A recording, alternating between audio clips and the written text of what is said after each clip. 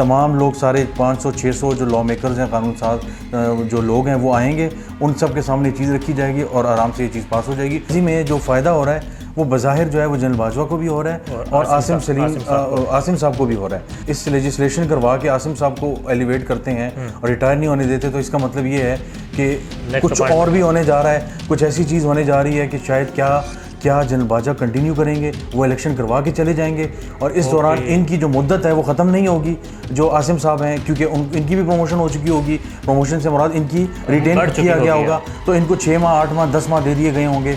मैं कल रात से कोशिश कर रहा हूँ कि मरीम औरंगज़ेब व्हाट्सएप पे मैसेज किया, वो देख लेती हैं, कोई जवाब नहीं है। ख्वाजा आसिफ साहब डिफेंस मिनिस्टर, मैं कोशिश कर रहा हूँ उनसे रब्ता करने की, मुसलसल पिछले 17 घंटे हो गए हैं, कोई रब्ता नहीं हो पाता, कॉल मैसेजेस व्हाट्सएप कोई जवाब नहीं। इसी तरह मैंने कोशिश की काबीना के दूसरे अरकान से मैं जानने की कोशिश करूँ, तो हुकूमती हल्के तो मुकम्मल तौर पे, यानी जो काबीना के अरकान हैं वो मुकम्मल तौर पे इस मामले पे खामोश है। जी बिस्मिल्लाहिर्रहमानिर्रहीम, अस्सलाम वालेकुम। सियासत.पी की आप देख रहे हैं, मैं जमाल अहमद हूँ। इस वक्त पाकिस्तान की जो सियासत है, जो पाकिस्तान में जगह हैं, हर जगह पर सिर्फ एक ही बात हो रही है और वो है एक अहम तैनाती की। ऐसे में एक खबर सामने आती है, रियाजुल हक साहब हमारे साथ हैं, सीनियर जर्नलिस्ट हैं, स्पेशल कॉरेस्पॉन्डेंट हैं डॉन न्यूज़ के। एक खबर सामने लेकर आते हैं और वो खबर जो है मौजूदा हालात में इंतहाई अहमियत की हामिल होती है। खबर ये होती है कि एक एक्ट है, आर्मी एक्ट 1952, उसमें तरमीम की जा रही है। Sir thank you so much for your time.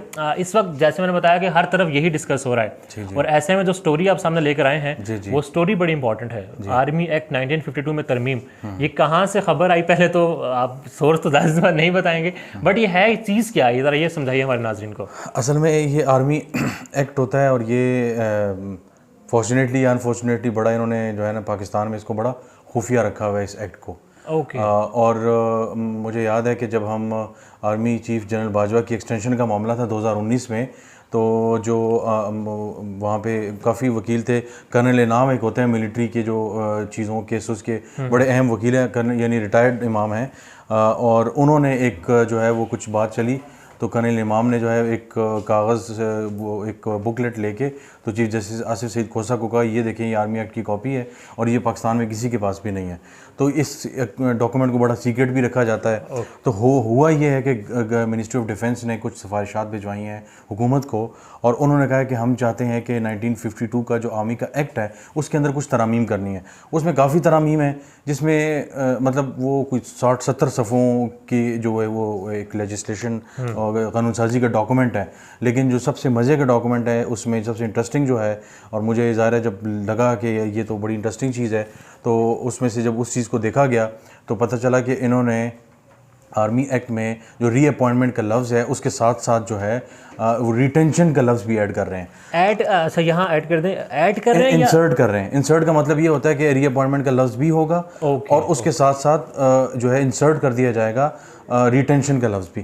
अब जो रीअपॉइंटमेंट है ये वो नुक्ता है जब सुप्रीम कोर्ट आसिफ सईद खोसा की सरबराही में जो हुआ था, तो उन्होंने कहा था कि 6 महीने में जजमेंट करें। 6 महीने में जो कानून साजी हुई थी, तो उसके बाद ये फैसला हुआ कि तमाम जो पार्टियों ने इस पर एग्री भी किया था और उसमें रीअपॉइंटमेंट का लफ्ज़ इस्तेमाल किया गया है कि हुकूमत अगर चाहे तो वो रीअपॉइंटमेंट कर सकती है, यानी एक्सटेंशन का लफ्ज़ ख़त्म हो गया, रीअपॉइंटमेंट का लफ्ज़ आ गया, ठीक हो गया। अच्छा, उसके बाद क्या है कि अब ये हुकूमत जो है वो पाकिस्तान तहरीक इंसाफ की उस जो रीअपॉइंटमेंट वाला लफ्ज़ था उसको एक या ख़त्म करने का एक नुक्ता भी ज़ेरे गौर है। दूसरा जो कागज़ों में है वो है कि इंसर्ट करना है रीअपॉइंटमेंट के साथ साथ कॉमा, उसको रिटेंशन होगी। अब रिटेंशन क्या है? रिटेंशन का उर्दू में तो तर्जुमा है कि बरकरार रखा जाएगा, एक बात। दूसरा ये है कि इसकी सबसे जो इम्पोर्टेंस है वो ये है कि जब आप रीअपॉइंटमेंट करनी होती है तो आपने सारा प्रोसेस फॉलो करना होता है। आपको समरी भेजनी होती है, डिफेंस मिनिस्ट्री समरी आती है, नाम आते हैं या वो प्रॉपर समरी आती है, उसमें एक नाम भी हो बेशक कि जी इनको आगे कर दें, तो प्राइम मिनिस्टर उसको कंसिडर करते हैं, उस पर ओके होता है नाम, और उसके बाद जाके प्रेसिडेंट के पास समरी जाती है।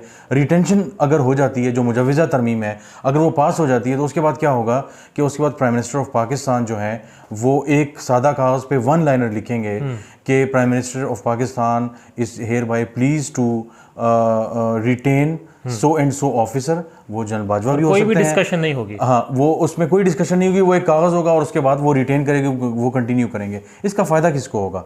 नंबर 1, अगर ये पिछले अब ये कुछ जो 48 और 72 घंटे हैं इसके अंदर इस कानून साजी को अगर पास कर दिया जाता है, काबीना से भी पास हो जाती है। 20 तारीख को इन्होंने जॉइंट सेशन भी बुलवाया हुआ है ताकि तरद्दुद ना करना पड़े कि पहले असम्बली आएगा फिर सेनेट जाएगा। जॉइंट सेशन बुलाएं, तमाम लोग सारे 500-600 जो लॉ मेकर्स हैं, कानून साज जो लोग हैं वो आएंगे, उन सब के सामने चीज़ रखी जाएगी और आराम से ये चीज़ पास हो जाएगी। सिर्फ सेनेट से थोड़ा बहुत रोला रपा होगा PTI की तरफ से, असम्बली में तो लोग हैं ही नहीं, तो सिंपल मेजोरिटी से इसको पास करना होता है, वो पास हो जाएगा। उसके बाद ये कि सदर के पास जाएगा और सदर के पास भी मेरी तलात ये है कि आसानी से वहाँ से भी हो जाएगा, क्योंकि बैकडोर पाकिस्तान तहरीक इंसाफ के साथ कुछ चीज़ों पे अंडरस्टैंडिंग भी चल रही है जिसमें ये पॉइंट भी शामिल है। बट आज हमने फवाद चौधरी साहब सब सवाल को कहते हैं कि हम इस पर अपना लाए अमल देंगे, बट जैसा आप बता रहे हैं हो सकता है ऐसा कुछ हो।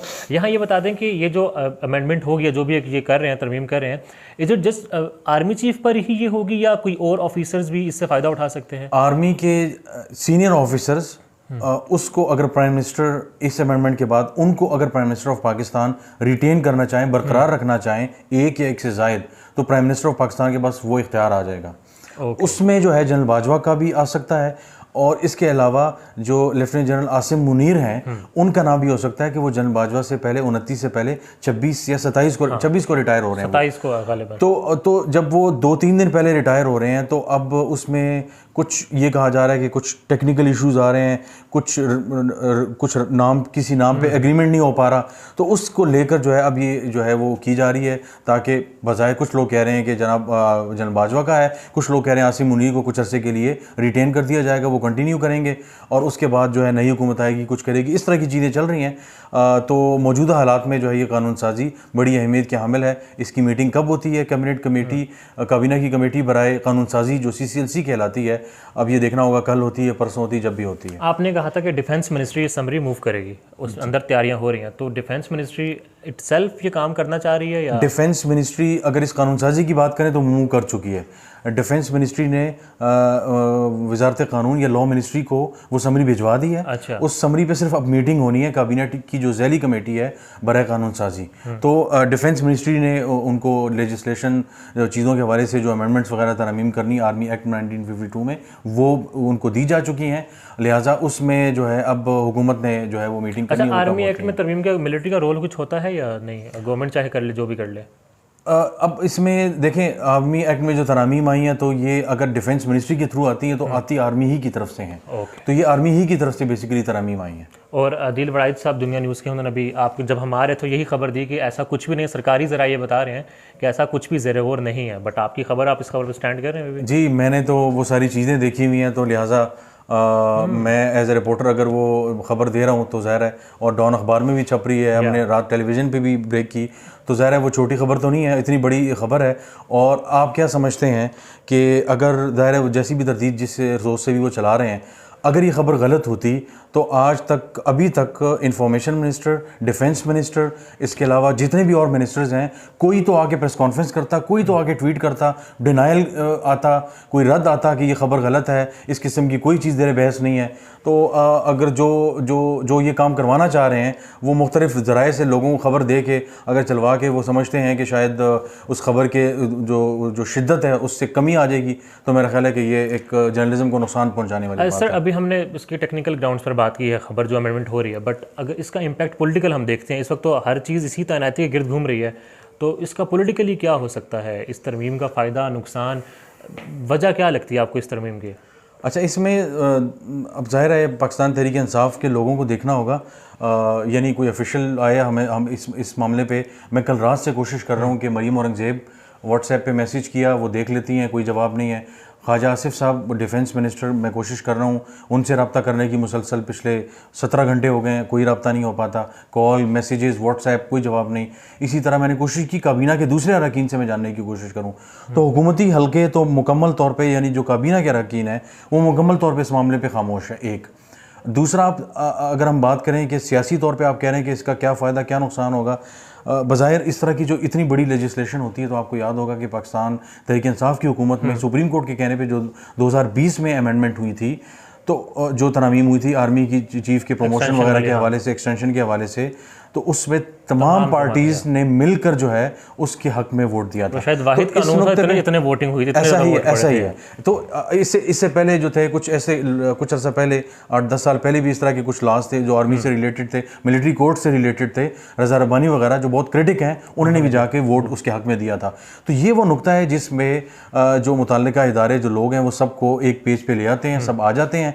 तो इस पे अगर वो ये करने जा रहे हैं तो उन सब लोगों को इकट्ठा करना जो नाराज़ हैं वो उनके लिए कोई इशू नहीं है। तो मेरे लिए कोई हैरानी नहीं होगी अगर ये ऐवान से पास हो जाएगा, और मुझे लगता है कि ये ऐवान से पास हो जाएगा और बहुत जल्द इस पे। लास्ट क्वेश्चन, अगर ये हो जाता है और उसके बाद मुद्दत बढ़ जाती है या फिर अपॉइंटमेंट हो जाती है जो 27 को रिटायर्ड साहब हो रहे हैं उनकी, तो कंट्रोवर्शियल नहीं हो जाएगा? अब इसमें देखना होगा कि हुकूमत इसमें क्या कर रही है, क्योंकि ये जो लेजिस्लेशन हम देख रहे हैं, इस कानून साजी में जो फ़ायदा हो रहा है वो बज़ाहिर जो है वो जनरल बाजवा को भी हो रहा है और आसिम साहब को भी हो रहा है। अच्छा, अब इसमें ये है कि अगर वो आसिम साहब को रखते हैं, इस लेजिस्लेशन करवा के आसिम साहब को एलिवेट करते हैं और रिटायर नहीं होने देते, तो इसका मतलब ये है कि कुछ और भी होने जा रहा है, कुछ ऐसी चीज़ होने जा रही है कि शायद क्या जनरल बाजवा कंटिन्यू करेंगे, वो इलेक्शन करवा के चले जाएंगे और इस दौरान इनकी जो मुद्दत है वो ख़त्म नहीं होगी जो आसिम साहब हैं, क्योंकि इनकी भी प्रमोशन हो चुकी होगी। प्रमोशन से मुराद इनकी रिटेन किया गया होगा, तो इनको 6 माह 8 माह 10 माह दे दिए गए होंगे। तो जनरल बाजवा साहब रिटायर हो जाएंगे, नई हुकूमत आएगी तो वो इनको रिटेन रखना चाहते हैं, नया आर्मी चीफ लगाना चाहते हैं, जिस तरह इमरान खान ने कहा था कि नई हुकूमत आए नया आर्मी चीफ लगाए। तो मुख्तलिफ थीरीज और कैलकुलेशन चल रही हैं। अब ये डिपेंड करता है ज़ाहिर है हुकूमती हल्के इस पे क्या सोच रहे हैं। चलो मुझे सिर्फ ये बता दें, मैंने इतलात कुछ आ रही हैं 6 महीने के लिए मजीद कंटिन्यू कर सकते हैं बाजवा साहब? बाजवा साहब 6 महीने के लिए नहीं, 2 साल के लिए जो है वो कर सकते हैं। जो 2020 में पाकिस्तान तहरीक इंसाफ ने जो अमेंडमेंट की थी उसके मुताबिक 64 साल तक जो है वो आर्मी चीफ जा सकता है। इनकी बाजवा साहब की उम्र इस वक्त 62 साल है। 11 तारीख को इनकी बर्थडे थी, तो ये कुछ दिन मिला के तो तकरीबन उनके कुछ दिन कम 2 साल उनके पास हैं। ये हुकूमत अगर चाहे इस तरमीम के बाद बाकायदा तौर पे 1 साल 6 माह 8 माह 2 साल तक जो है वो टाइम दे सकती है। जनरल बाजवा साहब वो टेन्योर एंजॉय कर सकते हैं। Sir thank you so much for time sir.